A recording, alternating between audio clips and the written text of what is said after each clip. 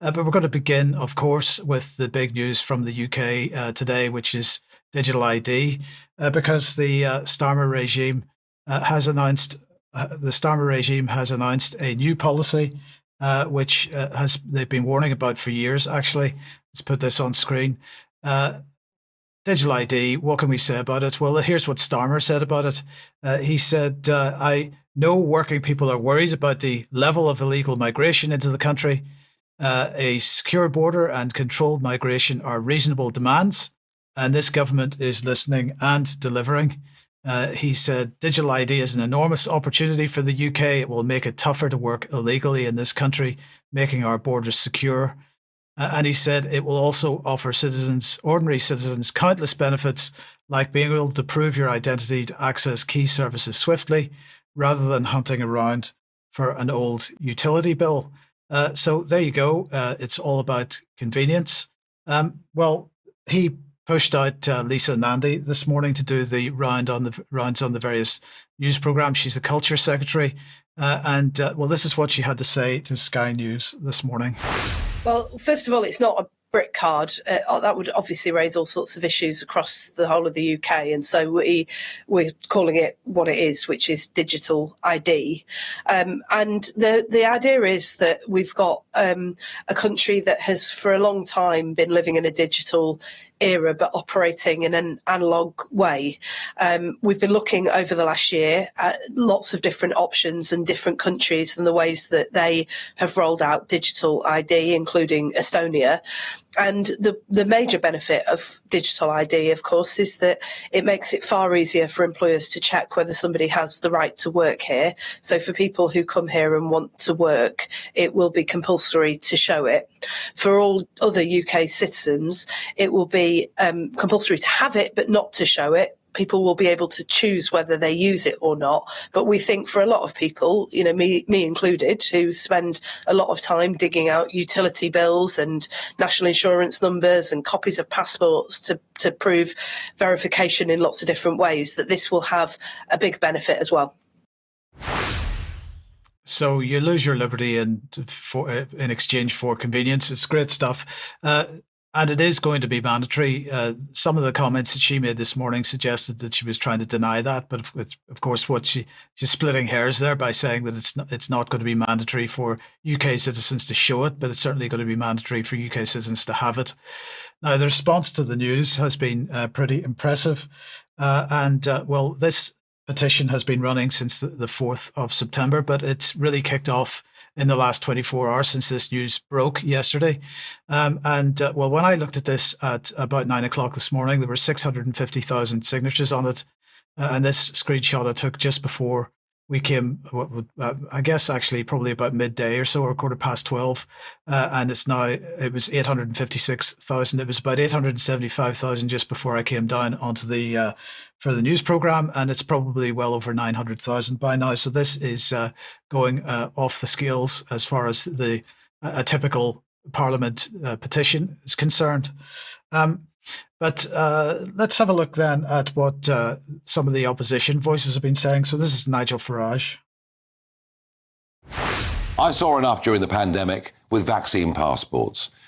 It created a two-tier society of those who could go to places, those who could travel, all based on the fact that unless you were vaxxed, you were a danger because you might pass the virus on to somebody else. Then we learned that simply wasn't true, and yet our freedoms have been taken away for that period of time in a way that had never happened before. I am personally vehemently opposed to this in every single way, let alone the abuse that could happen if any of these sites are hacked and your data is taken. So I am deadly against.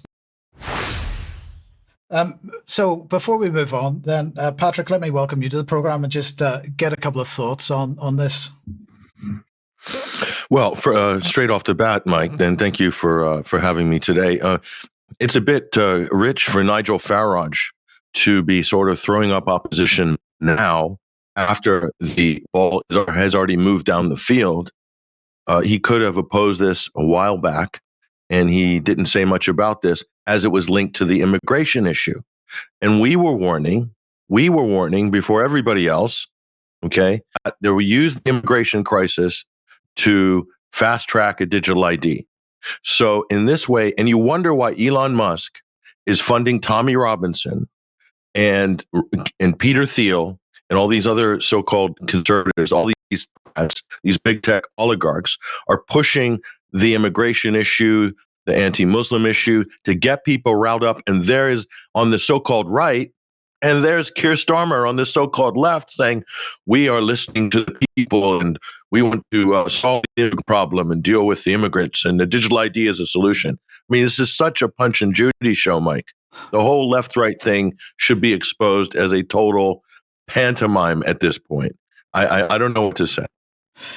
Well, I think you've said quite a bit there, and I absolutely agree with everything that you've said. So let's have a look then at the situation in other countries, because Lisa and Andy mentioned Estonia there, but in fact there are 3 other countries that are being used as sort of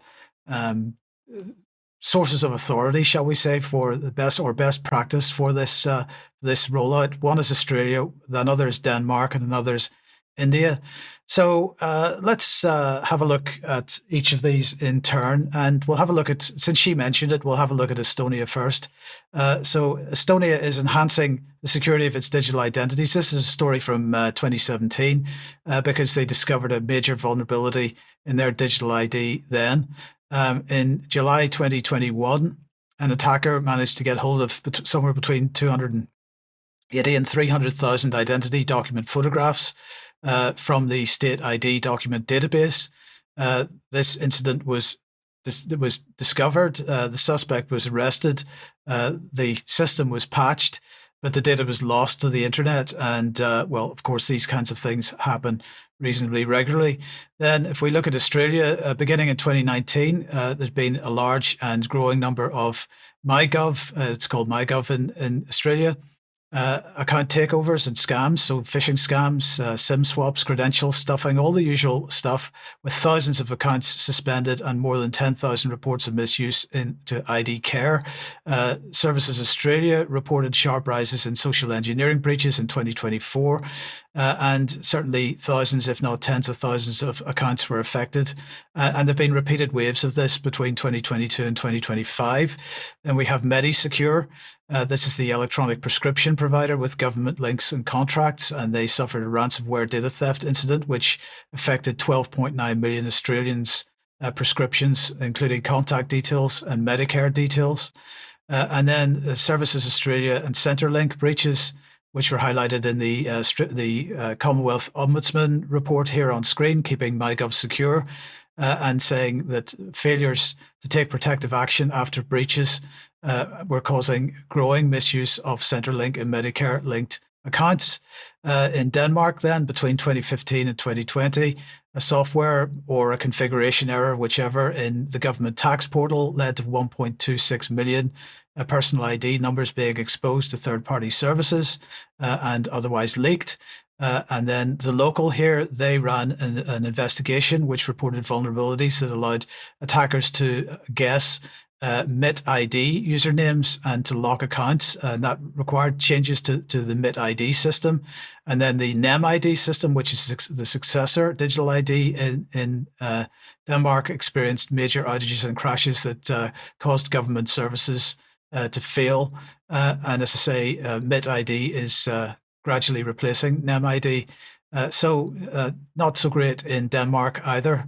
And then finally in India, in 2018, the Unique Identification Authority of India, which runs the biometric identity card scheme there, they launched a police probe into major security breach in 2023. Then data from the Indian Council of Medical Research database appeared online with a hacker apparently saying that India's biggest data breach has leaked the personal data of over 800 million Indians, and so on. So that included name, father's name, phone number, other number, passport number, the digital ID number, and age.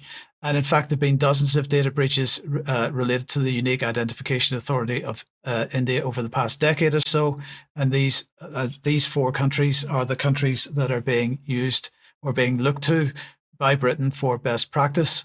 But that should be no surprise to anyone that Starmer is pursuing this. Remember, he stood on a platform of change at the last general election, so it was obvious that he would continue doing exactly what the Tories were doing before him. But we should also remember that it's Tony Blair that's been driving this policy the hardest. And since Starmer is Blair's poodle, there should be no surprise here either. Now, here's a brand new article on screen at the moment from the Tony Blair Institute. It's time for digital ID. It says the British public are running out of patience with a state that does not work, where interactions with public services are beset by inconveniences and delays, even as outcomes slip and costs rise. Now, this is a good point, convenience, because that is the mantra. And we should all keep in mind that if we're going to resist policies such as this, signing petitions probably isn't enough. Something we should do, but it's not enough. We must, it seems to me, we need to accept inconvenience in our lives. Anyway, they go on in this article. A modern digital ID does three things. It allows people to prove who they are, who they say they are, prove that certain things about them are true, and seamlessly and securely access services on that basis. So that's what they had to say. Now, they went on to post a load of stats and so on. They're claiming that something around 62% of Britons are in support of this initiative, and that only 19% of people are actually against it. Well, that's their claim. And of course, we could probably suggest that the reason that Keir Starmer thinks that it's a sensible thing to proceed with this particular policy is because of the statistics provided to him by the Tony Blair Institute. Now, as Patrick said there a couple of minutes ago, of course, we've been warning about this for quite a number of years. It was all about, if you remember back, it was all about a safer internet. It was all about the Online Safety Act when it was still a bill and not yet passed. We were told how great it was going to be, especially for children. And children, of course, are going to be protected from online pornography. In those days, it was Nadine Dorries who was leading the charge. Age verification was the clarion cry, and age verification is what we got. Of course, that's what we got under Starmer. So that's change, you see. And so that was digital ID. I believe this was 2018 when we were reporting this. This is already, of course, as well as age verification, rolled out as digital ID for company directors, with the recent promise that non-compliance will result in your company being shut down. So if you don't get your digital ID registered with Companies House, they will go to court and have your company shut down if necessary. And let's not forget the Data Use and the Data Use and Access Act, which we were talking about all the way through its passage. That recently passed. And it's something which we once again warned about. It included making provision for the regulation of the processing of information related to identified or identifiable living individuals. So, and if we remember what Peter Kyle said at the time, we have an outdated approach to data, which is holding back Britain's economy. This bill will take the brakes off, unleashing a new era of wealth creation for all. Well, it won't be an era of wealth creation for all, but maybe for a few. And if we remember, this is what the digital identity architecture was going to look like: a wallet that sits on your phone with attributes such as your legal name, date of birth, right to reside, right to work, or right to study. And this was published by the Tory government several years ago, and nothing is going to change here either. So, if we're talking about who's going to be making lots of money, then we got to remember it's going to be people like this lot, Yoti and all the other digital ID providers because the digital ID industry has expanded exponentially over the last few years as it became clear that this policy was going to become law. So just a quick reminder of the petition. And let's just remember that there are people out there that are opposing this. Maybe people would want to get involved with that. Sign the petition. Big Brother Watch is one running a No to Digital ID campaign. Together is another one that's running No to Digital ID cards. And if you're in Glasgow tomorrow, you might want to attend this event, which is taking place tomorrow between 12 and 3:30. Digital slavery information communication operation. Details on screen, and they'll be in the show notes as well. Okay, that's that. Clearly, everybody, or not everybody, but lots of people becoming very motivated by this topic. I think the Starmer regime is going to get a lot more pushback to it than they perhaps expected, and that's to be welcomed.